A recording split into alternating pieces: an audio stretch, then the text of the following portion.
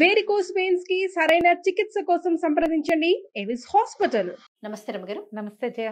రమగారు, మాఘమాసం యొక్క విశిష్టత. మాఘం వచ్చేస్తుంది అండి. ఇంకా పెళ్లిళ్ళు శుభకార్యాలు మొదలైపోతాయి. అవును, ఉపాసనా కాలం మాఘమాసం. ఉత్తరాయణ పుణ్యకాలం తర్వాత, ఉత్తరాయణ పుణ్యకాలం ఎప్పుడు వచ్చింది? మళ్ళీ మొన్ననే కదా, మకర సంక్రమణ నుంచి ఉత్తరాయణం వచ్చింది. ఇందులో ముహూర్తాలు, పుష్యంలో పెద్దగా ముహూర్తాలు కనపడవు మనకి. పుష్యం సగం అయ్యాక కదా ఉత్తరాయణం వచ్చేది. మాఘం రాగానే టకటక టకటక పెళ్ళిళ్ళు, గొడుగులు, గృహప్రవేశాలు, అలాంటివి, అక్షరాభ్యాసాలు, ఇవన్నీ వచ్చేస్తాయి. మాఘంలో కూడా స్నానం విశేషంగా చెప్పబడింది. ఎట్లా మనం కార్తీక స్నానం చెప్పుకుంటామో, మాఘం కూడా ప్రత్యేకమైన మాసంగాను, ప్రత్యేకమైన స్నాన విధిగాను చెప్పబడుతుంది. మాఘంలో చేసే సముద్ర స్నానం చాలా విశేషం. మాఘ పౌర్ణమిని మహామాఘి అంటారు. ఆ మహామాఘిలో సముద్ర స్నానం చేస్తే చాలా నెగిటివ్ ఫోర్సెస్ వదిలేస్తాయట మనని, అలా చెప్తారు, చెప్పబడుతుంది. పురాతన కాలంలో విధానమే ఇదేం. మనం అంటే లేటెస్ట్గా చాలా విషయాలు మనము నార్త్ ఇండియా నుంచి కొన్ని మనం దిగుమతి చేసుకుని అవి పెట్టుకుంటున్నాం, చెప్పుకుంటున్నాం. కానీ ఇది చాలా పురాతనమైనది. మాఘం నిజానికి సౌరమాసంగా చెప్పబడుతుంది, సూర్య సంబంధమైన మాసం. ఇప్పుడు 6 నెలల నుంచి మనము చల్లదనము, చలిలోనే ఉన్నాం. అవును. ఎప్పుడైతే ఉత్తరాయణం మొదలవుతుందో సూర్యుడు ఉత్తర దిక్కుగా వాలి ప్రయాణం మొదలు పెడతాడు. అదే కదా ఉత్తరాయణం, దక్షిణాయనం అవే కదా లెక్కలు. తూర్పు మీద నుంచి ఉత్తరం వైపుకి వాలి ప్రయాణించేటప్పుడు భూమికి దగ్గరగా వస్తాడు సూర్యుడు. ఏటా జరిగేదే అది. ఎప్పుడు ఈ చక్ర సంక్రమణం లాంటి అవన్నీ జరుగుతాయి కదా, దాంట్లో చక్రభ్రమణం లాగా ఈసారి ఇట్లా, ఇంకోసారి అట్లా, అలా జరుగుతూ ఉంటుంది. ఇప్పుడు భూమికి దగ్గరగా రావటం వల్ల ఏమవుతుంది? సూర్యుడు తేజరిల్లుతాడు. ఆల్రెడీ పొద్దున్న నిలవటం మొదలైపోయింది. పండగ వెళ్ళేసరికల్లా హైదరాబాద్ ప్రాంతాల్లో చలి కూడా తగ్గిపోతుంది. కొంచెం మన ఊళ్ళ వైపు తగ్గదు, పొగమంచు బాగా ఉంటుంది. ఇంకా ఇక్కడ మెల్లిమెల్లిగా తగ్గిపోతుంది. పగళ్ళు నిలవడం మొదలు పెడతాయి, పగళ్ళు పెద్దవవుతాయి. ఎండాకాలపు లక్షణాలు మెల్లిగా స్టార్ట్ అవుతూ ఉంటాయి. ఈ సమయంలో మాఘంలో సూర్యుడు శక్తివంతుడు అవుతాడు. ఇప్పటికి 6 నెలలుగా ఆయన కొంత క్షీణించిన వ్యవహారంలో ఉంటాడు. ఇక్కడి నుంచి మళ్ళీ చురుకెక్కటం మొదలు పెడతాడు. ఈ చురుకెక్కుతున్న సమయంలో సూర్యుని యొక్క ఆరాధన అద్భుతమైన ఫలితాన్ని ఇస్తుంది. ఇది ఆరోగ్యానికి, స్కిన్కి ప్రధానంగా చాలా మంచిది. డైజెస్టివ్ సిస్టమ్కి మంచిది, స్కిన్కి మంచిది. దీంతో పాటుగా గ్రహస్థితులలో కొంత మార్పు రావడానికి కూడా మంచి అవకాశాన్ని ఇస్తుంది మాఘం. మామూలుగా మనకి ఒక జ్యోతిష్ శాస్త్రం ప్రకారం, పెద్ద విషయాలు నాకు కూడా తెలీదు, పెద్దవాళ్ళు చెప్పే వాక్యాలు, రవి బాగుండకపోతే మన జాతకంలో మనకి గవర్నమెంట్తో సమస్యలు వస్తాయి. గవర్నమెంట్ ప్రాబ్లమ్స్ అంటే 100 రావచ్చు, చాలా రావచ్చు కదా. మన ఇన్కమ్ ట్యాక్స్ వ్యవహారాలని కానీ, ఏదైనా ఒక బిల్ పాస్ అవ్వటం కానీ, అవి ఇబ్బందులు అవి జరగవు, అవి ఇబ్బందులుగా ఉంటాయి. నాన్నగారి పెన్షను, అమ్మగారి పెన్షను, అవన్నీ స్లో అయిపోతాయి, ఆగిపోవచ్చు, స్లో అయిపోవచ్చు. రవి బాగుంటే ప్రభుత్వానికి సంబంధించిన అన్ని కార్యకలాపాలు మన జాతక రీత్యా బెటర్ అవుతాయి. కాదు కాబట్టి ప్రతి వాళ్ళు తప్పకుండా రవిని ఆరాధించుకోవాల్సిన సమయము, ఆరాధించుకోగలిగినది సులువు. ఎందుకంటే ప్రసన్నుడుగా ఉంటాడు, ఇప్పుడే వేడెక్కుతూ ఉంటాడు. అందుకని ఈ మాఘంలో గనక అన్ని రోజులు సూర్యోదయం అవగానే స్నానం చేసి ఆ పైకి లేస్తున్న బింబాన్ని చూసి నమస్కారం చేసుకున్నా, మనం తూర్పు తిరిగి దండం పెట్టు అంటావా, ఆ దండం పెట్టండి. అది మీకు శారీరక ఆరోగ్యాన్ని బాగు చేస్తుంది, మానసికమైన ప్రశాంతతనిస్తుంది. గ్రహస్థితులలో రవి సంబంధితమైన ఏవైనా చిన్న పొన్న కొన్ని ఇబ్బందులు ఉంటే సగానికి పైగా సమస్యల్ని తీరుస్తుంది. ఇది చెప్పబడింది. దీంతో పాటు ఏం చేయొచ్చు? రవికి ఎర్రటి పాత్రలో రాగి, రవికి సంబంధించిన, సూర్యుడికి సంబంధించిన లోహంగా చెప్తారు. చక్కగా బాగా శుభ్రంగా తోమి, మచలమచలుగా, మకిలిగా, నల్లగా, దౌర్భాగ్యంగా ఏడ్చిన దాంతో చేయబోకండి. చిట్టి చెంబు, బుజ్జి గ్లాస్ అయినా పర్వాలేదు, చక్కగా తోమండి ప్రతిరోజు.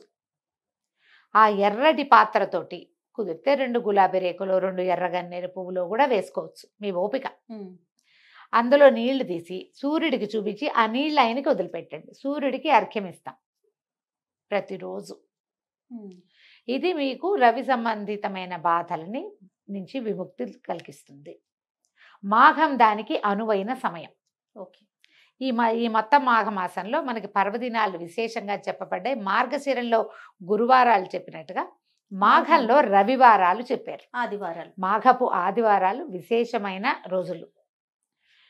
మాఘంలో ప్రత్యేకంగా మనం సూర్యారాధన చేసేది మన రథ సప్తమి. ఆనాడు సూర్యుడు పూర్తిగా ఉత్తర దిక్కుకి వెళ్ళిపోతాడు. ఇప్పుడు ఉత్తరం వైపుకి ఇట్లా ఇట్లా ఇట్లా ఇట్లా వాళ్తున్నాడు, కరెక్ట్గా ఫిక్స్ అవుతాడు. కరెక్ట్గా ఉత్తరం వైపుకి ఫిక్స్ అవుతాడు. ఆ రోజు నుంచి పూర్తిగా అక్కడి నుంచే నడవటం మొదలు పెడతాడు. ఎండాకాలం ఎక్కటం మొదలు పెడుతుంది. దీని రోజున రథసప్తమి రోజున పాలు పొంగించడం తెలుగునాట ఒక ఆచారంగా ఉంది.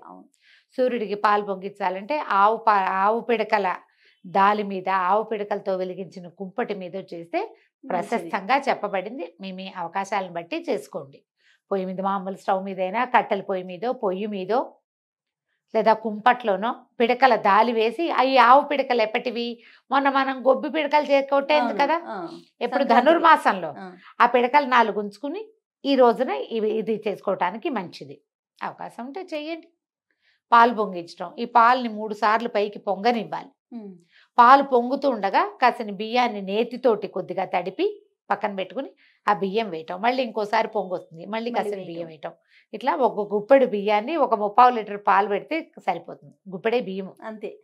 ఇది ఉడికిన తర్వాత చిక్కుడుకాయలతోటి ఆరాధన చేసుకుంటాం. ఇది మనం సూర్యుడికి సమర్పించటం.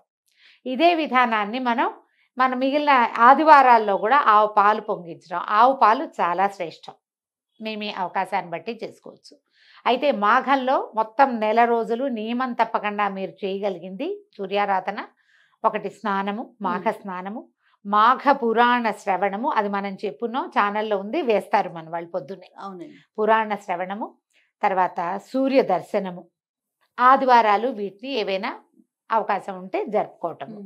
అయితే ఈ మాఘంలో కొంచెం ప్రత్యేకంగా చెప్పబడిన విధానాలు ఇంకా 1-2 ఉన్నాయి. ఏమేమి వస్తాయి మనకి?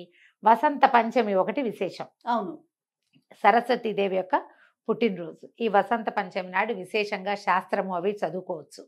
కొత్త పుస్తకాలు మొదలు పెట్టచ్చు. పిల్లలకి అక్షరాభ్యాసాలు చేసుకోవచ్చు లక్షణంగా. మీరు ఏమి ఇంకా తిథి వారవార్జం ఏం చూడక్కర్ల. పిల్లల నక్షత్రాలు సరిపెట్టాల్సిన పని లేదు. ఒకవేళ మీ గురువుగారు పురోహితులు ఎవరైనా అబ్బాయి అలా పనికిరాదండి, మనం పిల్లల నక్షత్రాన్ని బట్టే మనం ముహూర్తం పెట్టుకోవాలండి, మీరు ముహూర్త నిర్ణయం చేసుకుని ఉండుంటే ముహూర్తం ప్రకారం వెళ్ళండి. అలాంటి నిర్ణయం ఏమీ లేదు. ఏదైనా ఒక మంచి రోజు చేయదలుచుకుంటే కనుక వసంత పంచమంత మంచి రోజు ఇంకొకటి లేదు. ఓకే, చక్కగా ఆ రోజు అక్షరాభ్యాసం చేసేయండి. పిల్లల్ని కూర్చోబెట్టి కాసేపు చదివించండి. మీరు కూడా లక్షణంగా కాసేపు కూర్చొని చదువుకోండి. సరస్వతి ఆరాధనకి చాలా మంచి రోజు. అమ్మవారిది ఏదైనా ఒక ఫోటో పటం ఏదైనా ఉంటే పెట్టుకొని సరస్వతి నమస్తుభ్యం చదువుకోండి. అంతే. పిల్లలకి అది నేర్పించండి. రాకపోతే వస్తే ఇంకో 2 సరస్వతి స్తోత్రాలు ఏమైనా చెప్పుకోండి. మన సరస్వతి అమ్మవారిది అష్టోత్తర శతనామావళి దొరుకుతుంది. ఆ నామాలతోటి తెల్లని పువ్వులతోటి అర్చన చేయండి. అమ్మవారికి పంచదార వేసిన పాయసం నివేదన చేయొచ్చు, మరి పానకం నివేదన చేయొచ్చు, పెరుగన్నాన్ని కూడా నివేదన చేయొచ్చు. తిరగమాత పెట్టక్కర్లా, కమ్మని పెరుగు అన్నాన్ని కూడా సరస్వతి మాతకి ఆ రోజున నివేదన చేయొచ్చు. అక్షరాభ్యాసాలు అవన్నీ మీ ప్రకారం చేసుకోండి. ఇప్పుడు వసంత పంచమి, రథసప్తమి, భీష్మ ఏకాదశి, మహాశివరాత్రి, ఈ పండుగలు, ఈ పర్వదినాలన్నీ ఈ నెలలోనే వస్తాయి. తర్వాత పండుగల గురించి మనం మళ్ళీ వివరంగా చెప్పుకుందాము. ఈ విధంగా మాఘమాసాన్ని ముందుకు తీసుకెళ్ళచ్చు. మీరు ఏది చేయగలరో ఆ నియమాన్ని పెట్టుకోండి, ఖచ్చితంగా చేసేలాగా. ఒకవేళ మీరు నెలంతా స్నానం చేసి సూర్యుడిని చూడలేమండి, ఇంకో విధానం చెప్పండి అంటే కనీసం మాఘాదివారాల నియమాన్నైనా పాటించుకోండి. ఇది మాఘమాసపు విశేషం. సంతోషం రామ్ గారు. నమస్తే. నమస్తే.